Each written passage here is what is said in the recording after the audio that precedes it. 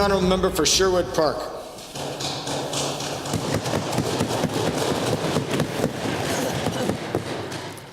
Mr. Speaker, it is my great pleasure and honour as the MLA for Sherwood Park to respond to the throne speech. Thank you to the people of Sherwood Park for the trust that they placed in me last year when I became their MLA. In the throne speech, the Lieutenant Governor stated, "We are currently over-dependent on a single price in a single market. Alberta will address this in a number of ways. First, we will diversify our energy markets. Second, we will pursue a coherent and effective economic development strategy, and we will invest in a greener, more sustainable economy." This is great news for my riding of Sherwood Park, which is home to many employed in the upstream, downstream, and midstream oil and gas industries. We already have industries that have been engaged in exploring diversification and value-added production, and who have taken big steps to reduce gas emission and use energy more efficiently. The Alberta Petroleum Diversification Program, the review of the royalty system, the proposed investment in small and medium-sized businesses are all great news for my riding. Bill 1, promoting job creation and Diversification Act, introduced right after the throne speech, will provide the tools that are needed to support industries, small businesses, and Albertans in my riding. The throne speech commitment to helping Alberta families who are facing immediate financial hardship and the implementation of the Alberta Child Benefit Plan will help low-income families in my riding and support those families whose breadwinners have lost their job due to the price of oil. Mr. Speaker, Sherwood Park is the urban hamlet of Strathcona County, a specialized municipality which I share with the MLAs for Strathcona, Sherwood Park, and Fort Saskatchewan, Vagreville. I was also happy to discover that Nellie McClung was the MLA for what is now Sherwood Park, and I understand that the MLA for Edmonton, McClurg, has already claimed her. I am pleased also to note that I followed 4 other female MLAs when I was first elected, including the Honorary Iris Evans that many of you know. Strathcona County includes the urban area of Sherwood Park and the large rural areas with 8 hamlets. I am sometimes asked about Sherwood Park's status as a hamlet. In Alberta, the term hamlet describes urban centres because of the way they are governed, not because of their population or geographical size. If an urban centre is governed by the county in which it is located, then it's deemed to be a hamlet. On January 1, 1996, the province granted Strathcona County the designation of a specialized municipality, and this is what it is known as. Mr. Speaker, Sherwood Park is actually the creation of a developer's vision in the 1950s to build a community to serve the new petrochemical industries in the county. Today, it is its largest hamlet. The developers, perhaps thinking of the area's forested background, combined Sherwood with Park to name the new development Sherwood Park. By the end of 1956, Sherwood Park had 30 families and has continued to grow. In 1961, it had 2,900 persons, with a total number of residents in Strathcona County of 12,000, which meant that the rural area had 3 times as many residents as the urban area. However, in 2015, out of a total of 95,500 residents, 2/3, or 69,000, live in Sherwood Park, and 1/3 in the rural areas. So as you can imagine, Sherwood Park has grown a lot in the last little while. So there are many special things in Sherwood Park. It is home to Festival Place, a 500-seat theatre, which I hope many of you have gone to see a show. And this theatre accommodates world-class performers, community theatres, musical recitals, and trains young people in the circus arts each summer. Each summer, a favorite of the residents, including myself, is the weekly Summer Patio Series, an outdoor concert featuring local and international performers. And Maria Dunn will be performing at Festival Place in April. It is also home to the Strathcona County Library. However, it is a place that I have less time to visit these days. The library has wonderful pieces of art, including murals by artist Alex Janvier. This year, the library board has decided to provide free library memberships for all residents, making the library even more resident-friendly than it has been. The Strathcona County Art Gallery, called Art 501, opened and unveiled its first exhibition to the public in 2011. The Art Gallery offers art education programs to children, teens, adults, families, groups, and schools. Currently, the Art Gallery is showing photographs by Ethan Russells, photographs of important musicians, actors, and other celebrities. And I'm hoping that many of you here today will have the opportunity to go and visit this exhibit. I am fortunate in my office to have on loan 2 paintings from the artist collection of the Art Gallery. The Strathcona County Museum has done an incredible job of preserving the history of the county and its pioneer families, offering rotating special exhibit and educational programs. I'm especially pleased that the museum offers an ongoing special exhibit highlighting the Indigenous heritage in this area of Alberta, which also includes a mural by Aaron Paquette. Unlike Edmonton, which has many community leagues, Sherwood Park only has one, the Gilmore Park Community League, headed by Tammy Greetinus. The Common Ground Community Cafe, run by volunteers and featuring fair trade coffee, local artists, and space for community conversation, is now becoming the community's gathering place. Kudos to Eileen and Ian Edwards, who spearheaded this initiative. I am particularly delighted to see more and more ethnic and culturally diverse families moving to Sherwood Park. While door knocking, I began to see that a change was happening in the park, and the development of a mosque confirms that, like other communities in Alberta, Sherwood Park is a welcoming community for new and old Albertans. Sherwood Park is home to a high percentage of families with school-aged children. As a former hockey and soccer mom myself, I appreciate the important volunteer work that parents and other adults do to ensure that children can be involved in team sports. We are fortunate in Sherwood Park with generous corporate sponsorship of our sporting facilities and youth teams.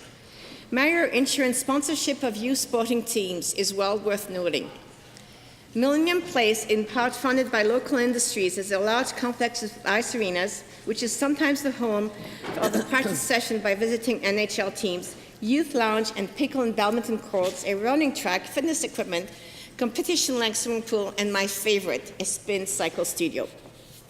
Under the leadership of Mayor Roxanne Carr, Council is currently exploring options to ensure that there are more affordable housing options in the park. Seniors in particular are concerned about their ability to stay in Sherwood Park. I would like to take this opportunity to congratulate the Mayor on this initiative and look forward to working with her and Council. Now, the riding of Sherwood Park contains a number of important industrial areas. One of the oldest Canadian refineries is located at the border between my riding and that of Capilano. This refinery, the Imperial Esso Refinery, is the only refinery in Canada that includes a manufacturing plant. It produces oil for the retail market that is packaged on site. This refinery, with its pipelines terminals, rail car terminals, storage facilities, and other gas and oil-related industries in the Strathcona industrial area, provides for many employment in my riding in Edmonton. As midstream industries, they have not been as affected by the downturn in the price of oil. While the industrial heartland area is now located in Sherwood Park, its activities are integrated in many of my riding's businesses. Located in the riding is also Alta Steel, a steel recycling plant which uses discarded steel to make bars and rods. It was one of the biggest thrill, I think, so far in my career as an MLA when I went to this plant and in protective clothing watched the high-intensity furnace melt the old steel.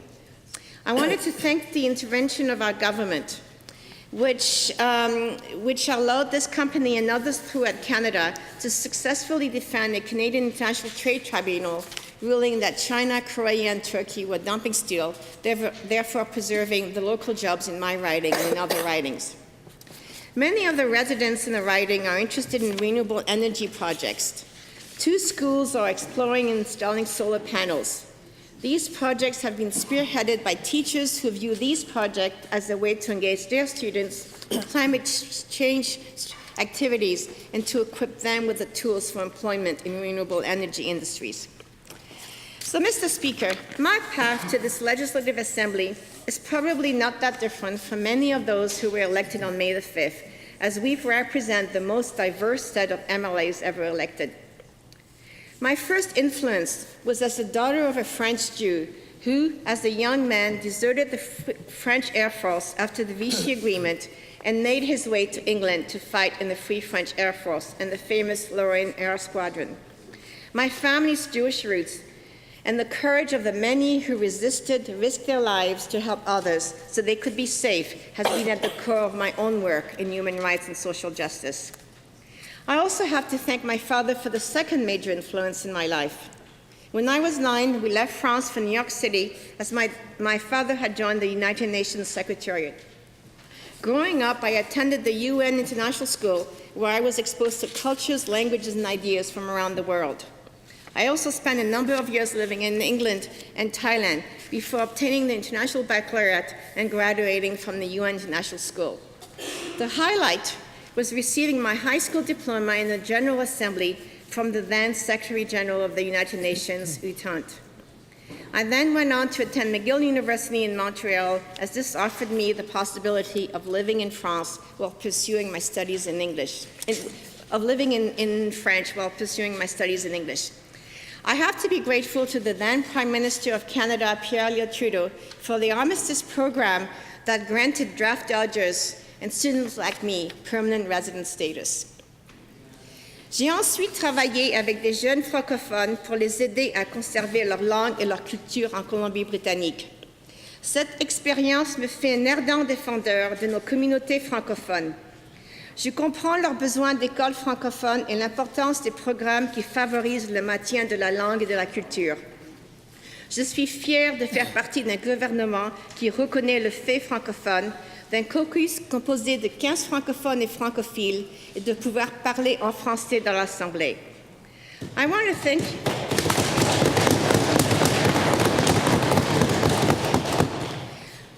thank my colleague from Athabasca, Sturgeon Redwater, for reminding the Assembly of the Piquet affair. I am thankful to Leo Piquet for his leadership in allowing me to speak French today.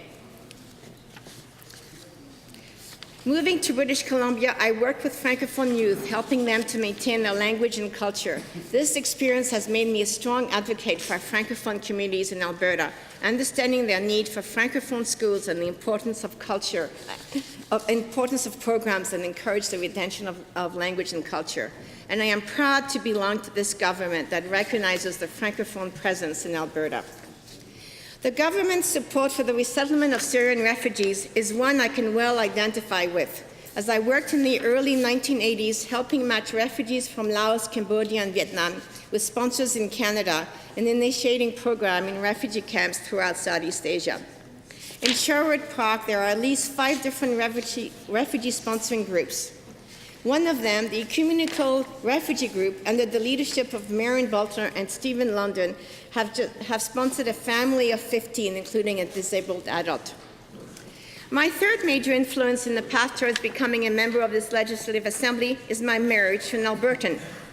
Since my husband had followed me to Thailand in the late 80s, where we worked with leprosy patients and sustainable farming practices, I thought it was only fair for me to follow him back to Alberta.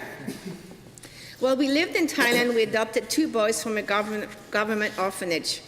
Our sons were brought up in a household where Thai, French, and Canadian cultures were intermingled. I am proud of their success, one as a teacher in an elementary school in China, and the other as a finance manager for a car dealership. So I have lived in some of the world's biggest cities, but I have also been fortunate to also work and live in and for rural communities, such as the County of Newell in southern Alberta. This is important for me as the MLA for Sherwood Park, because while my riding is in the urban part of Strathcona County, it is really difficult to separate urban issues from rural issues in this municipality, or I think throughout Alberta.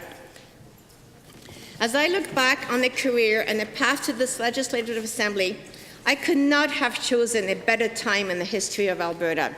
As an ecologist, I am part of a government that has drafted a forward-thinking climate change strategy.